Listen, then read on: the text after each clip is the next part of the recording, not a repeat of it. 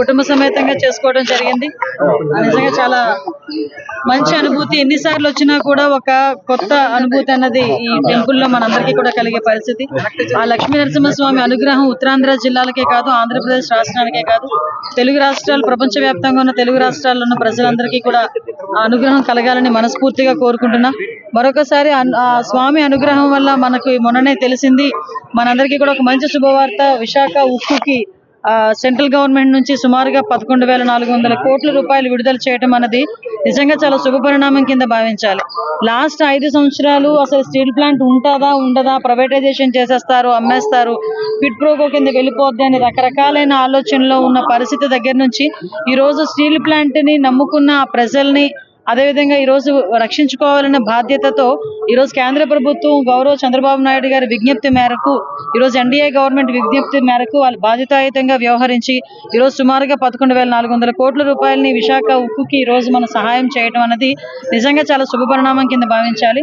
అదేవిధంగా ఎన్డీఏ ఈ రోజు ఆ రోజు 2019 నుంచి 24 వరకు ఒక విధ్వంస పరిపాలన నడిచినప్పటికీ కూడా గౌరవ మన ఆంధ్రప్రదేశ్ ప్రజలు, ఓటర్లు అందరూ కూడా ఒక విజ్ఞతతో ఆలోచించి ఎన్డీఏ కూటమికి సుమారుగా 164 సీట్లు ఇచ్చినందుకు గాను ఈ రోజు ఆ రుణం తీర్చుకోవాలని ఒకే ఉద్దేశంతో ఈ రోజు సెంట్రల్ గవర్నమెంట్ కూడా ఈ ఆంధ్రప్రదేశ్ రాష్ట్రానికి దగ్గర 2,50,000 కోట్ల రూపాయల పెట్టుబడులను కూడా ఈ రోజు వితిన్ 6 నెలల కాలంలోనే మనకి రావటం అన్నది కూడా చూస్తూ ఉంటే మనకి ఎంత సెంట్రల్ గవర్నమెంట్ ఆంధ్రప్రదేశ్ కి, అదేవిధంగా చంద్రబాబు నాయుడు గారికి, ఎన్డీఏ కూటమికి ఎంత పెద్దపీట వేస్తుందో మనందరికీ అర్థం చేసుకోవచ్చు. మాట్లాడుకునే వాళ్ళు చాలా ఎక్కువ మాట్లాడుతూనే ఉంటారు, వాటిలన్నిటి గురించి మనం పట్టించుకోవాల్సిన అవసరం లేదు.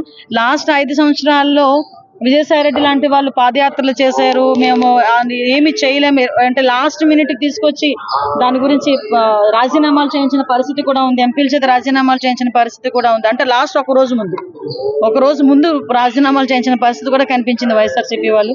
కానీ వాళ్ళు ఎవరూ చేయలేనిది ఎన్డీఏ కూటమి వచ్చిన తర్వాత 6 నెలల కాలంలోనే మేము సుమారుగా 11,400 కోట్ల రూపాయలు ఈ రోజు కేంద్ర సహాయం తీసుకురావడం అనేది మంచి పరిణామం. నేను మళ్ళీ చెప్తున్నానంటే, చంద్రబాబు నాయుడు గారు ఢిల్లీ పర్యటన వేరు, జగన్మోహన్ రెడ్డి ఢిల్లీ పర్యటన వేరు. జగన్మోహన్ రెడ్డి ఢిల్లీ పర్యటన చేస్తే ఆయన కేసులు ఒకటో వాయిదా పడడమో లేకపోతే కోర్టులు కొంచెం ఊరట కలిగించడమో జరిగేది. కానీ చంద్రబాబు నాయుడు గారు మీరు అబ్జర్వ్ చేస్తే ప్రజలు కూడా వదిలేస్తున్నాయి, ఇది ప్రజలు కూడా ఆలోచించుకోవాల్సిన అవసరం ఉంది.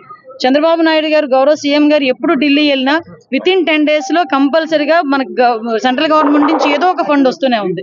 కాబట్టి దీన్ని కూడా అర్థం చేసుకోవాల్సిందిగా ప్రతి ఒక్కరిని కోరుకుంటూ, విజ్ఞత కలిగిన చంద్రబాబు నాయుడు గారికి, పవన్ కళ్యాణ్ గారికి కూడా మనందరం కూడా అండదండలుగా ఉండాలని మనస్ఫూర్తిగా తెలియజేస్తున్నాం. మామూలుగానే ఈ రోజు చంద్రబాబు నాయుడు గారిని చూసి, ఎన్డీఏ గవర్నమెంట్ ని చూసి పెట్టుబడులు రావటం అనేది ఎలా ఉన్నదో మీరు అందరూ చూస్తున్నారు.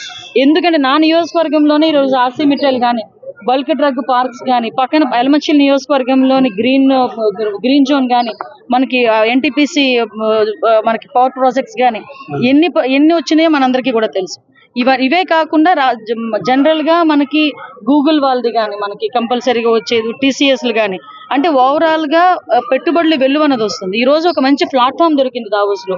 ఆ ప్లాట్ఫామ్ లో కూడా ఈ రోజు గౌరవ చంద్రబాబు నాయుడు గారు, లోకేష్ గారు ఇద్దరు కూడా ప్రసంగించనున్నారు. అది ఒక మంచి అవకాశం కింద భావించాలి.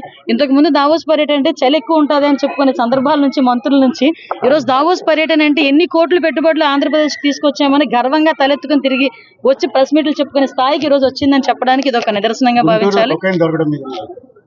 ఎవ్రీవేర్ ఎక్కడ కూడా మేము టాలరేట్ చేయట్లేదండి. కొకైన్ కానీ, గాంజా కానీ, డ్రగ్స్ కానీ ఏ విషయంలో కూడా టాలరేట్ చేయట్లేదు. మీరు అబ్జర్వ్ చేస్తే లాస్ట్ 6 months లో విపరీతంగా మేము పట్టుకున్న వాటన్నిటిని కూడా కేసులు. ఇప్పుడు రీసెంట్ గా చూస్తే పీడీ యాక్ట్ కూడా పెట్టున్నాం.